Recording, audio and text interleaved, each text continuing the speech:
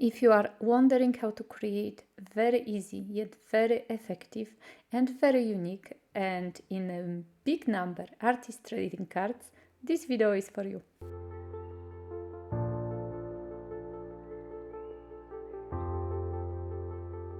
Welcome to my channel, it's Asia Marke here, Lemon Creation, and this is my collection of Lindy's gang sprays. These particulars are Moonshadow mists. And I absolutely love them. I used to be a designer for Lindy's gang, so I have quite a collection. But I wanted to tell you a little bit about Moonshadow mists and how to use them. So if you have them, you may know already. If you don't have them, I actually strongly advise you to invest one day in some Moonshadow mists. Not all of them may be to your liking, so choose well. Lindy's have a chart on their website. I did few videos in which I explain how to work with them, and this is one of the video when I'm gonna explain you as well how to work with them. Basically, Moonshadow mists are sprays, and they are based on two-tone color. There is a base color which is Sepia. They are all inked sprays, inked based sprays. So in all of the colors, you're gonna get a lot of brown color. But some of them have a lot of addition of other colors, some a little bit less. And they are some favorite of mine, and you're gonna see them at the end, well, not even at the end, somewhere in the middle of this video. I'm gonna tell you exactly the name of the sprays I used, if I, of course, didn't make any mistake. But for the reference, of course, you have a chart in Lindy's gang shop, so you can always check there. And as I mentioned, some of the videos of mine also, you know, to look for it and just to have a look at the colors. But basically, what's very important with Moonshadow mists is that, as you can see, probably on the one which is still lying on the table, the bottom is different. It has actually some kind of a beautiful color, beautiful shimmery color on the bottom, and it sits on the bottom always when not in use. And your work is to actually make it mix with the rest of the spray which is in the bottle. I shake it quite well, but that sometimes doesn't help, so I use the brush or some kind of, I don't know, stick, wooden stick for example, to remove this color which sticks to the bottom and mix it with the rest of the spray. And when you do that, you're actually gonna get your two-toned colors, which are absolutely magical. They are really, really beautiful, and as I said, there are some colors which are more visible than others. And this is also such a cool thing because you can use them to your liking. You can choose your set of colors you love and you can work with them. So I do not work anymore for Lindy's, but I will still stay true, I think, forever to especially Moonshadow mists, but also in general their products. They have really nice products, and they usually don't clog. The only thing is to clean nozzle after each use, and it happens sometimes that they clog, but very, very rarely, as you can see. There's been some time when I haven't used the Moonshadow mists and they are still in a very good working condition, most of them at least. And when I spray them, sometimes if you look closely you can see two different colors already. So if I didn't make any mistakes, here they are. Violaceus Violet, and Lindy's has crazy names, really nice, but Crown's Nest Copper. This one is Burnished Brass, Buccaneer Bay Blue, Bluebird Blue Violet, and I'm gonna give you the names in the description box below. Landlobber Green, Moonlight Mulberry, Treasure Island Aqua. This one is Mystic Malachite, Golden Doublons, Pirates PLunder Gold, Pegleg Pit Purple, Dyke Sepia, I think, Bayou Boogie Gold, Smoky Sapphire, Etheral Emerald, Phantom Fuchcia, Mystic Malachite, I think, again, and Long John Silver. So I'm gonna give you the names in the description box below, but I had so many of them. Look at, they are my favorites, I think. I had so many of them that I actually I might have made a mistake with naming them, but for that, as I mentioned once again, I did my best. But you have also Lindy's chart, so just base your opinion on that, and what you see in the chart, you're gonna get, you know, in the bottle. So it's quite simple, and you don't need to have Lindy's Gang, you don't need to have Moonshadow Mists, you can just have some spray or even some acrylic, and that's why I think this is project for the beginners, because you don't need too much of work. You add kind of a stain in the middle of the ACT card. These ACT cards are cut a little bit smaller than the actual ATC size, because I'm gonna give a background, black background to each of them at the end. But you really do not have to overthink too much. You don't have to cover the paper with the paint. You can spray easily, as I did. You've seen me. I almost did not use any water. Sometimes when I wanted the color to run a little bit, I use the water. But otherwise, I just sprayed freely in the middle of the card. And now I'm adding a stamping. I'm using Onyx Black. This is archival type of ink, so permanent ink. And I am using my stamps. My stamps, if you are interested, you can find in my shop. And I have some new ones, like this one, for example, coffee rings, which I got, I think, last week. So they are like 4 different designs, completely new. And I'm gonna give you the description in the link below, so you can see in the shop. You can see them in the shop. And I'm showing you here, I'm working on the grainy paper, so sometimes the impression is not perfect. I do not mind, because as you know me, I really do like the grungy feel to it, and I absolutely love those two last cards. They work so nice with this coffee ring stamp.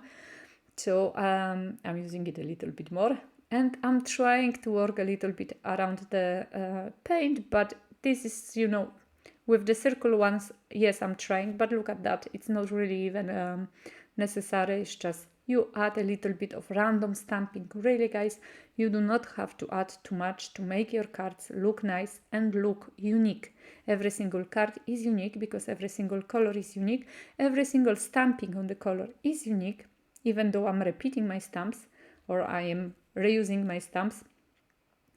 But yes, for all of you who are doing ATC swaps, this is important, that your cards are unique, and I do understand that. And I think I've never done anything which is the same. I did nothing in doubles.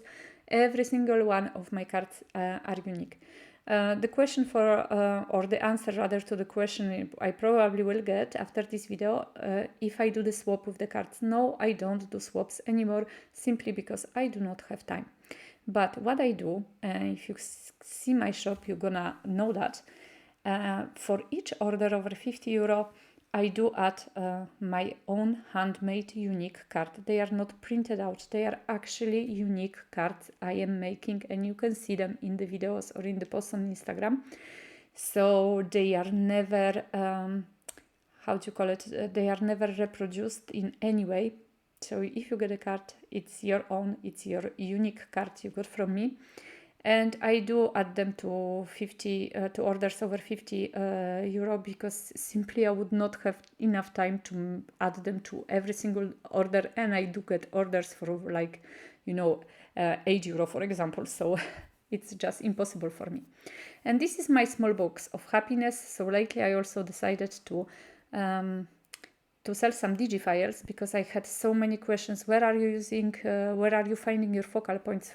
And the questions were repeated all the time. So I decided to try to find for you and for myself some focal points.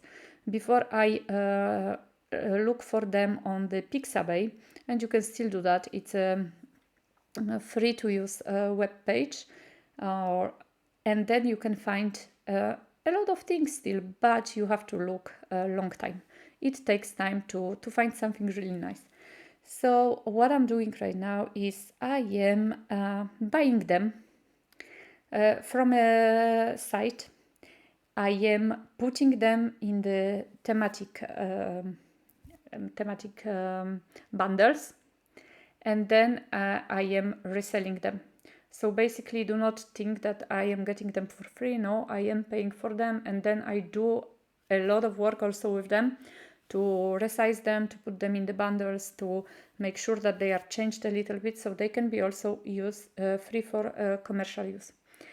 And yes, you can find them in my shop also. Once again, I'm gonna give you a link below, so when you go to my shop, you have a drop-down menu when you can find stamps, stencils, or digifiles. Of course, you need to fuzzy cut them, but after fuzzy cutting is done, all you have to do is just glue the children to the backgrounds. You can use either glue or even 3D tape, foam tape, and it can work fine. And for all of you who have Silhouette or similar machine, you can of course do it with Silhouette. If you have a special mat when you can take a photo of the pictures and get them cut. And once again, also for those of you who are asking, those are clipping stickers, by the way, from Team Holtz, which I'm going to be adding to the cards. But for all of you who are asking, I'm using Canon matte photo paper to print my digifiles. That's the best one I've ever came across, and I tried few. It's matte Canon photo paper, and I use a normal printer. I do not have even a laser printer. I have a jet printer, and it works fine. And I also I also cover the edges or blacken the edges with the archival ink. I use archival ink in this case because it dries quicker than the other one I use, the VersaFine. VersaFine is more for intricate stamping, but archival ink is drying way quicker. And those 3 cards which were in the middle, I actually made them a week ago, I think, and I like so much the process that I said to myself, I'm gonna make more of those cards because I find them really cute, and I got really nice comments about these digifiers, about these children. So I said I'm gonna do a whole collection, and they are now waiting to be put in the orders. They are done, and they are gonna be, I hope, sent soon to all of you who are placing the orders in my shop. And this is a little bit of a thank you from me to you for the fact that you are trusting in me, that you want to use my products. And yes, that's what it is. It's a thank you, small thank you, not from me to you. So look at that, guys. I really absolutely love them. And the backgrounds are giving so much beautiful feel also to it. Okay, the children are a little bit sad, I would say, saddish, but they are weird also that way. I will look for the collection with children which are a little bit happier and maybe a little bit funkier, but I really love them. And I wanted to show you them one by one. So here they are. I am wondering which one is your favorite. As I mentioned, I have my favorites, and those are the ones with a lot of this secondary color. So not only when the sepia is very visible, but like this one with blue, when I can see the other color coming out. And this is also what's very cool with Moonshadow Mists, depending how you look at the cards, and they are changing the color. So it's really, really nice and very effective, and very easy to make. And that would be all from me in this video. I hope you like it. If you like it, please share it with your friends, subscribe if you haven't done so already. And I am always so very grateful for your comments, and I'm trying to answer them as quickly as possible. Sometimes I have a little bit of delay, but I really do my best to answer to all of them. And here I wanted to just show you that I did backing to the cards. Very often I think it adds a little bit more of interest and more of finishing touch. And I'm using just double-sided tape and acrylic block to just break the tape evenly on the sides. And also like that I have a nice back to the cards where I could write the date and your name when they are sent to you. And that's it, guys. I'm wishing you a beautiful, beautiful day. Please subscribe. And I hope I'm gonna see you in the next video. Sending you big hugs. Thank you for being here with me. Bye bye.